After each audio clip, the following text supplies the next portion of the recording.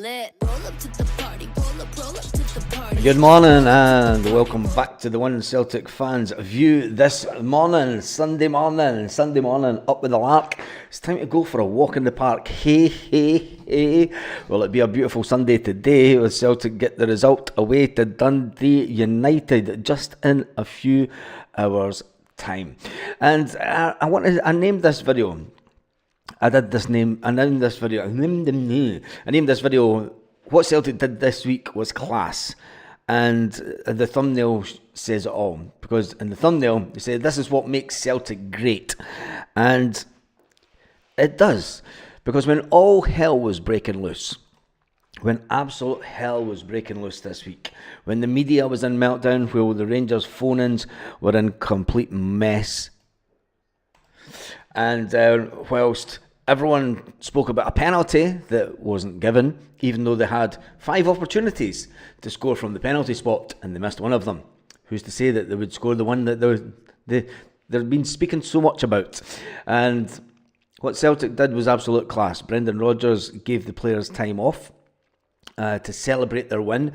The players jumped on an airplane and they went away and watched darts, and they had a few days away from the media in Scotland, away from the nonsense that we were all put through who watched stuff online. Even the manager said that when he went to Dublin, we all went to Dublin in the green. And you know what happened after that? F the king. What happened after that was, we just got on with business. We just took some time off. We're not interested in the rigmarole. Brendan Rodgers says he knew there would be a fallout, because there's always a fallout. There's always a narrative. There's always an excuse from the mob across the city and why they've been beaten again by Brendan Rodgers. But what Celtic did was pure class. They just get on with it. They don't read the papers. They don't watch football phone-ins. They just get on with life and enjoying life. And then when they ask the players, yes, of course they're going to ask the players about the narrative, the Celtic narrative. And Arne Engels says, look, something special is brewing at this club, right? I've only had 21 games in my Celtic career, but I've got a trophy in the bag already, says the Belgian.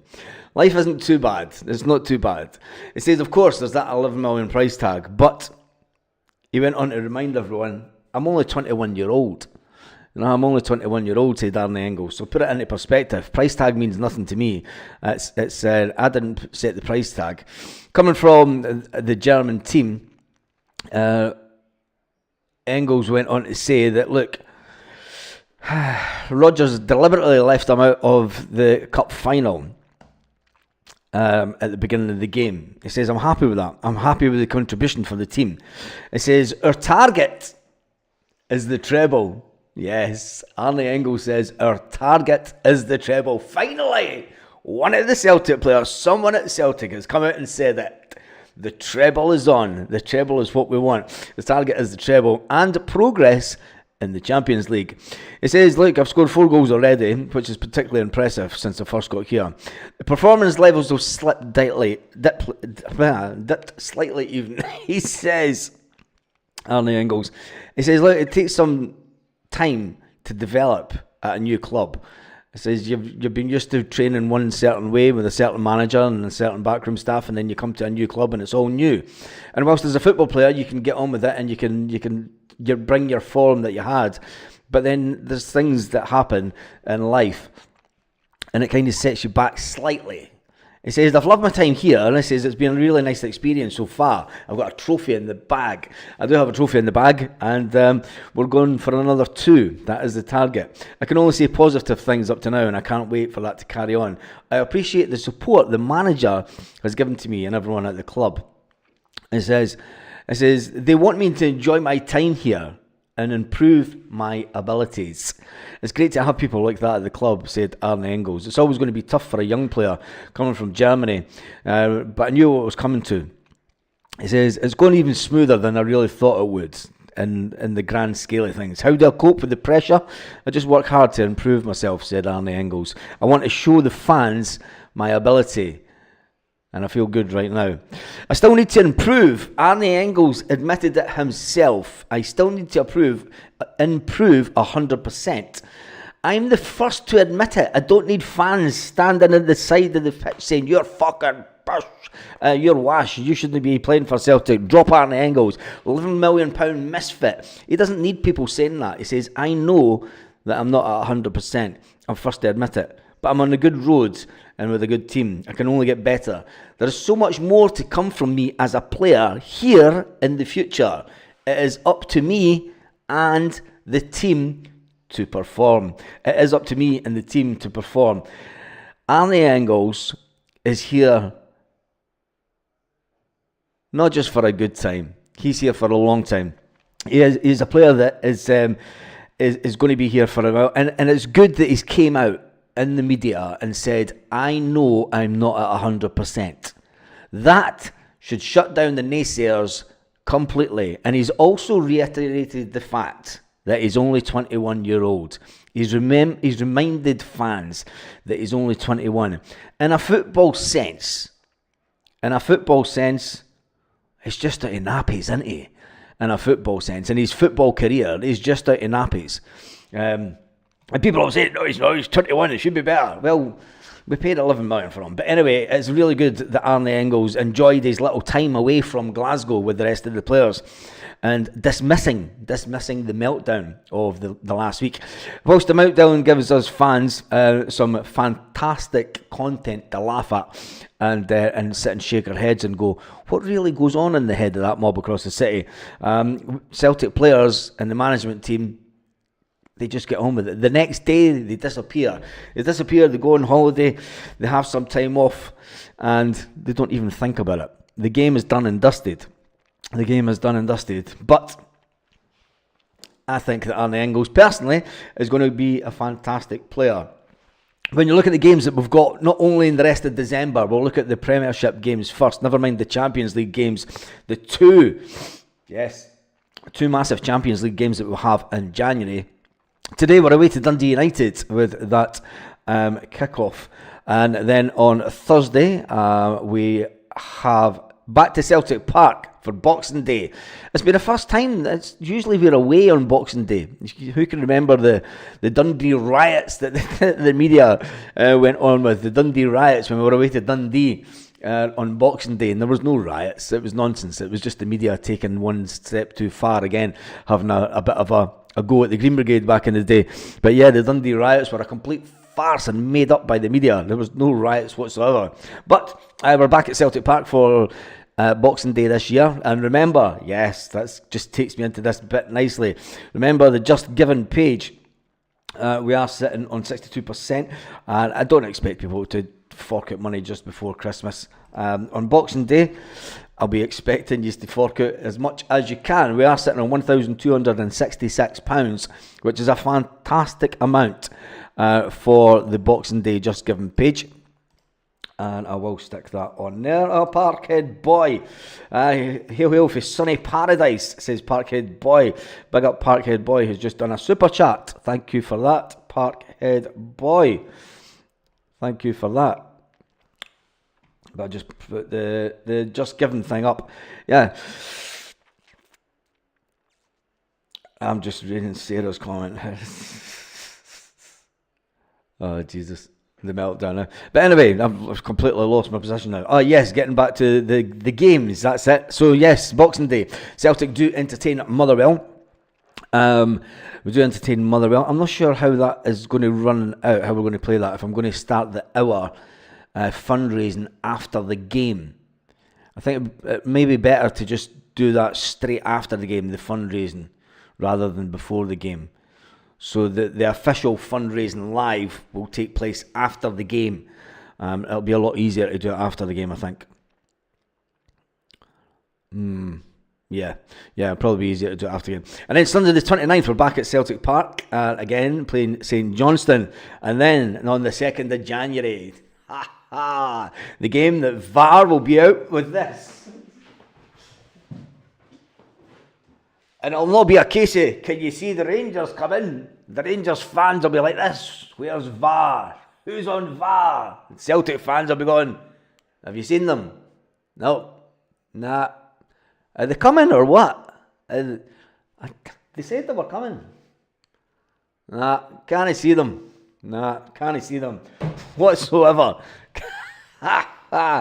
Can't see them. But anyway, after that, there is another fantastic game. And on the 5th of January, we're back at Celtic Park, the first game of the brand new year, and Celtic take on St Mirren. And then we're going to the 8th of January. The games come thick and fast in the Scottish Premiership in 2025. We are back for a midweek game on Wednesday the 8th of January.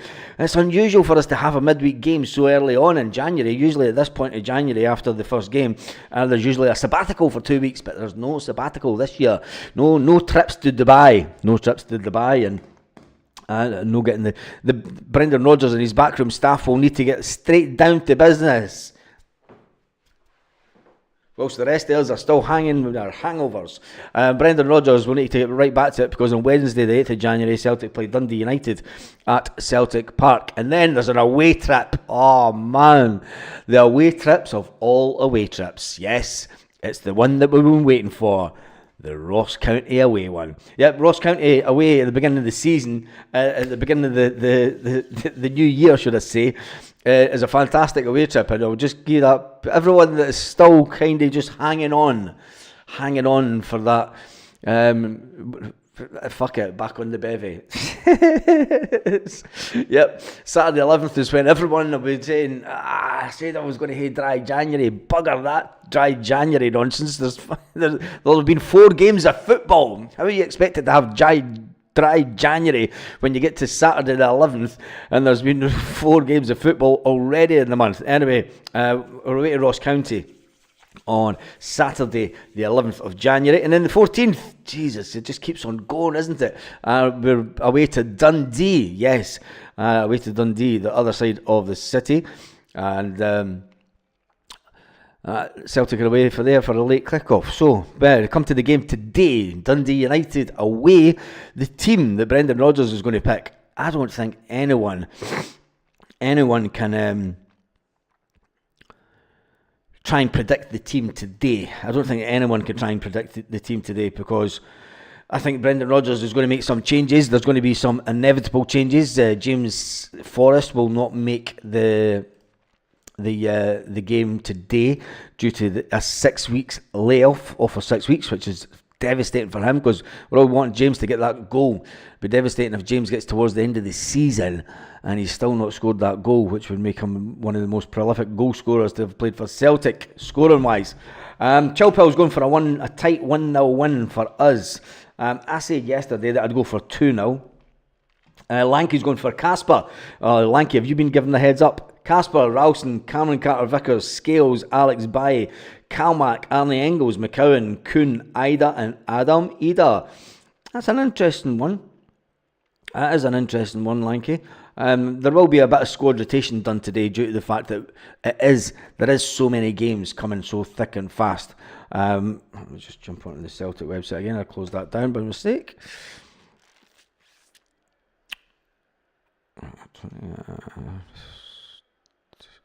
Fixtures.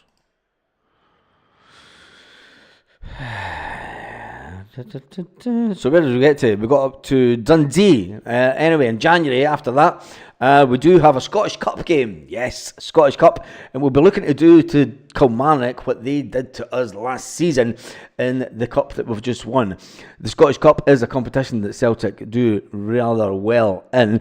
And we'll be looking to dismantle Kilmarnock at Celtic Park. That is a late kickoff on Saturday the 18th of January. And then no time off for the boys. I always find it unbelievable that even though Celtic have an important Champions League game on the Wednesday, they've got us playing a late kickoff on the Saturday. Why not get it an early kickoff, an early lunchtime kickoff? Why not even play it on the Friday night to give the Scottish teams a little bit of a boost in European football? The other teams in Europe do it. They change their games, but Scottish football, we're just going, deal with it. But I think we'll take care of Kilmarnock and as that late kick-off for television for the Scottish Cup. And then we take on Young Boys at Celtic Park on Wednesday, the 22nd of January.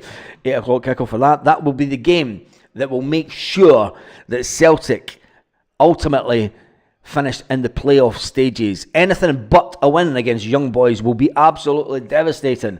We've not spoken about the Champions League for a while, but this is a must-win game for Celtic, and it's a game that will make sure that we have a final 2 games minimum to try and get through to the knockout stages. It's going to be hard. I think that Celtic players will feel as if they've let themselves down slightly with some of the results that we've had in the Champions League. A couple of draws where I thought we would have won the game. And the reality is, it's a completely different level. But it is what it is. We're still on track to get the amount of points that I said that we would get. And I still think it's been a fantastically successful Champions League campaign. And then we head up to Dundee. Again, yes. Dundee come to Celtic Park on the 14th. We head back to Dundee on January the 25th to play Dundee. And that's a 3 o'clock kickoff on Saturday. And then again, the penultimate game, the final game of January, is what will go down as a Battle of Britain. Yes, it will go down as a Battle of Britain, as always. It will go down as a game. It's a must-win game for Celtic. Will Celtic be able to get anything at all from Aston Villa come the end of the month? I personally think that they will. I think that Brendan Rodgers and his backroom staff always have Celtic just manage to do it all the time. Celtic always manage to just nick a result in the Champions League game against English. I think we could get a draw away from home. Win it? I'm not too sure, but I'm still taking a draw. I think a draw would be a fantastic result. A fantastic result for us, and a fantastic way for us to earn our passage into the playoffs for the Champions League. Will we meet Aston Villa again in the knockout? Because it looks like they will be seeded and Celtic will be unseeded due to us sitting in the bottom end of that qualifying period. Anyway, it's a block of games that Brendan Rodgers will be looking at going, oh my God, January is almost like December. It is almost like December. How that has changed round from playing just three games in January. We're now it's full on. It's one of the busiest months yet, but it's fantastic for us as fans. Got a lot of football to play in January, and it will make or break our season one way or another. It will make or break our season. But anyway, back to Dundee United today. Lanky, today's more about presence than strength. I think you're right, Lanky. I think today is all about if we beat Young Boys, we probably need to beat Villa. If we beat Young Boys, T1 probably won't need to beat Villa. I think we will still need to. If we beat Young Boys, we're guaranteed our final. We're guaranteed to finish in the top 24, which is what we want. If we get to the Villa game, and I want to go out on a. I want a win against them. I said before a ball was kicked that we'd get a draw. I've called a lot of the games right in the Champions League. I says that we would get beat by Dortmund. I thought we would get beat by the other German lot, but we didn't. We got a draw against them. I thought we would draw with Atalanta in Italy, but that was right. And I still think we'll get a draw down in Aston Villa. Aston Villa will come out thinking that they're going to do all sorts to Celtic, but I think we'll just be on such a roll and such a high that we're still. I mean, you've got to admit as well, Aston Villa are in the Champions League. What the heck? It shows you that everything that's wrong with it's no longer a Champions League, is it? They need to rename the competition, to be honest, because it's nothing to do with champions, is it? It's all about the biggest clubs. Anyway, today, Dundee United, the team, Lanky's put out the team that he thinks, and I think he's going to be not far off it. I'm not even going to try and make a prediction with the team today. Lanky has went with Casper, Ralston, Cameron, Carter-Vickers, Scales, Alex Baye. Do you think that Alex Baye will play? Do you not think that Greg Taylor will play? The manager has spoken about it because Greg Taylor's not injured, is he? I think Greg Taylor will still play because the manager's putting a little bit of pressure on the player to get a deal done. If he doesn't play, the manager, it could be said, has been negligible. It could be said, and I don't mean that in a disrespectful way to Brendan Rodgers, but as it gets closer to January, you need to get Alex Baye right up to speed. So I can understand where you're coming from, Lanky, but I've just got a funny feeling today he might start Greg Taylor. I've got a funny feeling he might just start Greg Taylor. But if he does start Greg Taylor and it doesn't go, I mean, he needs to start getting Alex Baye playing pretty fast and playing full 90 minutes of games, because as soon as it comes 1st of January, I don't care what anyone says. I know it's a busy period and Greg might still get games, but he's on the for sale. He's on the for sale list. Hazel's going for 4-0 Celtic. She's going for an absolute rout today. Someone reminded me of our scoreline a couple of seasons ago. When it was 7 T1s on the Bears. John Cameron says, we have the squad that is happy with their football. We play excellent football and we grind out results. It's a great time to be a Tim. I'm old enough to remember the bad old days, says John Cameron. Then the bad old days in the 1990s are well gone. Celtic have pretty much had a period of domination of Scottish football over the last 20 years, and it's not going away anytime soon. When you look at the financial implications of where Celtic are and how they've got to the position that they are in, a lot of us fans, me included, have bemoaned the way that Celtic have acted over the years. And the board can sit, and I'll say this because I'm one of the biggest critics of Lawwell and the board at times, but the board must be sitting going, milk, lemonade, fucking chocolate, wouldn't they? Peter Lawwell and co must be sitting at their Christmas party when they went over to Dublin going, milk, lemonade, chocolate, milk, lemonade, chocolate. We were right all along. But anyway, Paul McCune says, good morning.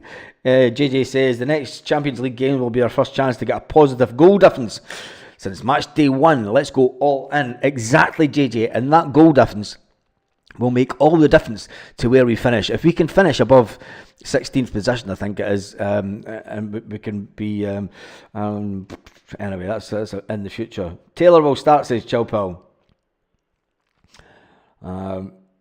Lanky says, when the draw was made, I knew we'd make it through the group stage. I want to see us back on the road to peak performance today. No more coasting it in second gears, says Kaiser. Dan says that he watched Aston Villa yesterday. They were looking good, but you never know. You never know. Dan, see when it comes to a game against an English side, the press down there, the media, will say, oh, we're up against the Farmers League and all the rest of it. Brendan Rodgers knows how to beat top teams in England. He's managed there for long enough. He knows the mindset of them.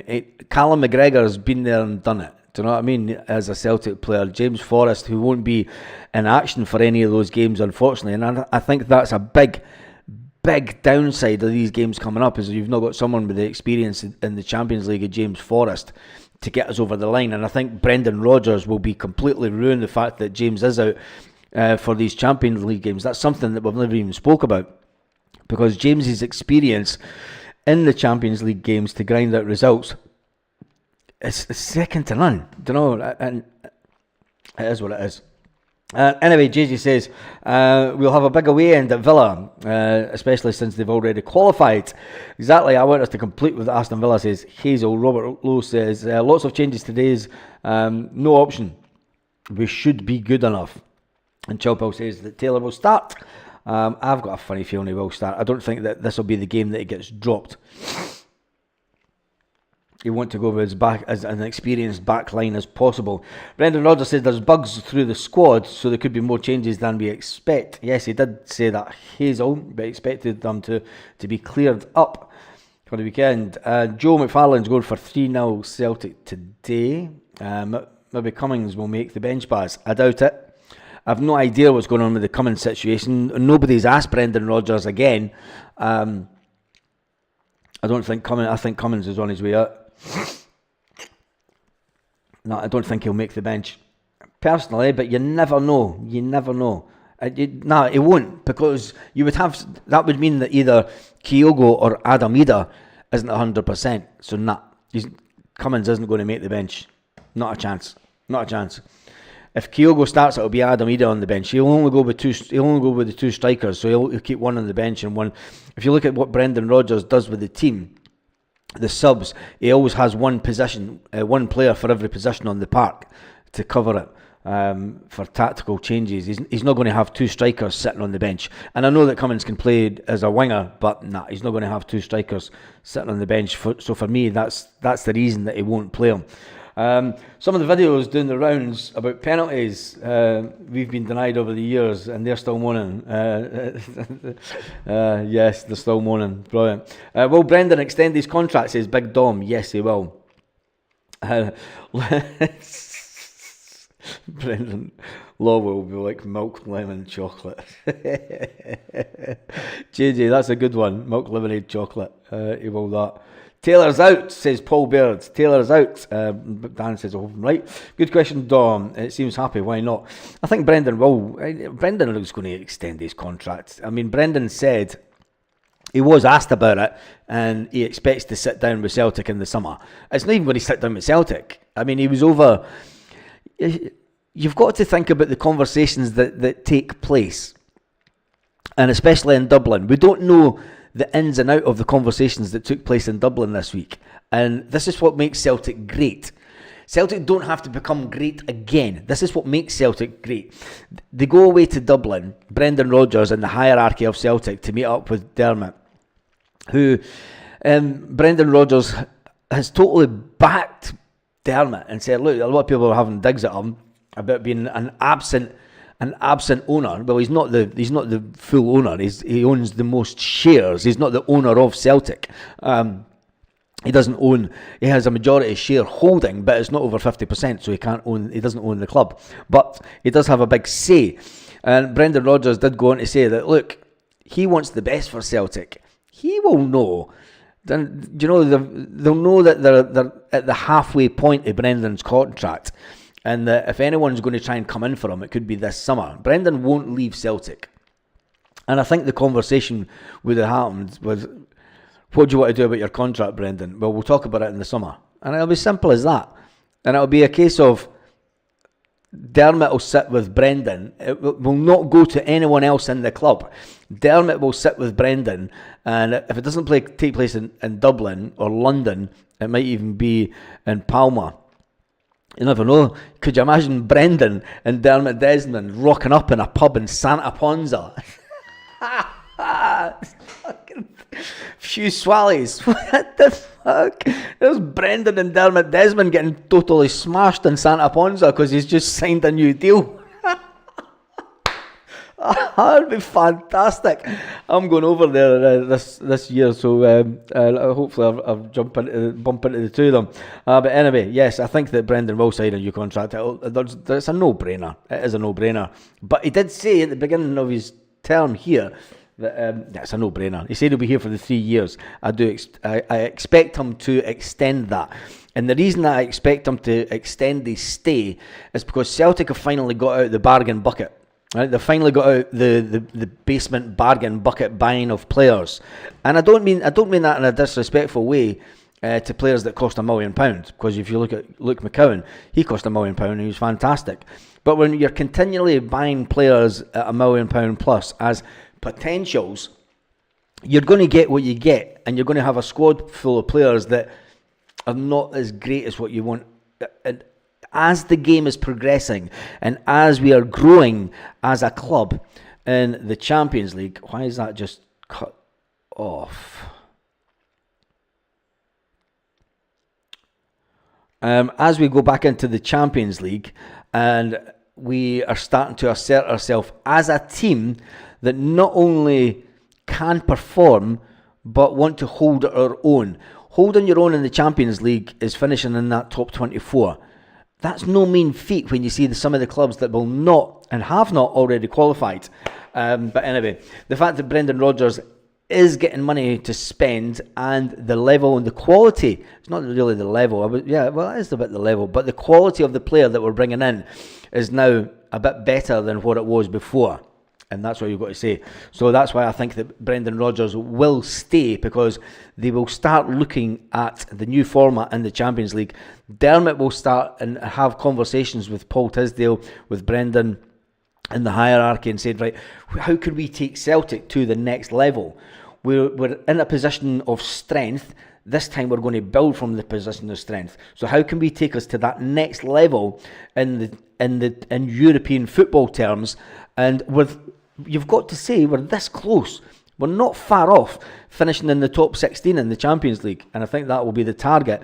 And you never know, to try and even get the good run of results and finish top 8 in the Champions League is where Brendan Rodgers really wants to target, isn't it? Brendan Rodgers isn't coming. He's not going to be happy with going into the Champions League, qualifying for the Champions League and just getting into the 24th position so that he's got 2 games in the playoff.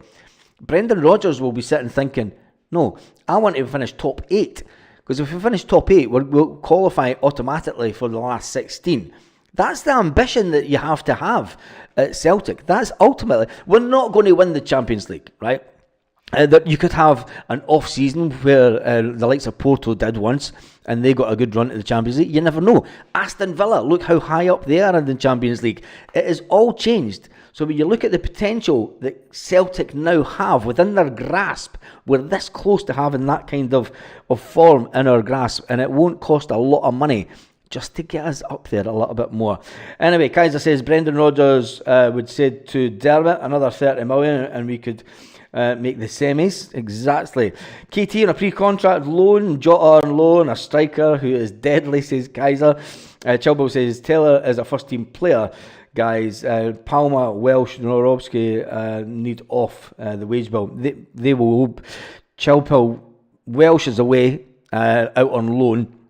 He won't be sold. He'll go out on loan to the end of the season. Norowski, he'll be away. I don't know if he'll go on loan. And Louis Palmer, he'll be. I think Louis Palmer might be sold. I think he might be sold. Chilpo says Jota. I think that the Jota thing is just. I don't think it will happen. I don't think it'll happen. We are too predictable playing out from the back. Huns sussed that out. We were in trouble, says Tom Courtney. I don't think that we're too predictable playing out for the pack. I think that I know what you're talking about, Tom, but the first half of the game we were too slow, and it's not been predictable. It's too many passes, not one touch pass. If you look at that game, if you want to analyse the game and you analyse the first half, every single player was taking about 3 or 4 touches before passing. Celtic are never at their best when they do that. Celtic are at their best when the player gets the ball, it's one touch pass, and then the speed of the play gets you going good. We were too predictable because we were too slow, far too slow. Chilwell says we need good players, good wages. If you want that, Baz, yes, we do. And I think that the club will slowly but surely start edging back towards the 40-50 grand mark with players, bringing in a few. I do expect Celtic to bring in at least 1 or 2 experienced players that will be on big wages in the next 6 months. If it's not this window, it'll be the next window. Celtic will bring in players that will be on 40 grand plus a week, to give us that little bit of experience going into the Champions League campaign next season. Whatever happens in January will be the preload of what Celtic aim to achieve next season. And Brendan Rodgers, if he doesn't get the players that he wants, will say it's a difficult time. But mark my words, there will be players that will come in, in the summer window that will be a bit older and a bit more experienced on bigger wages. I was delighted to hear Brendan and the hierarchy meeting up, forward thinking. Everyone's on the same page, says JJ. Exactly, everyone is on the same page at Celtic.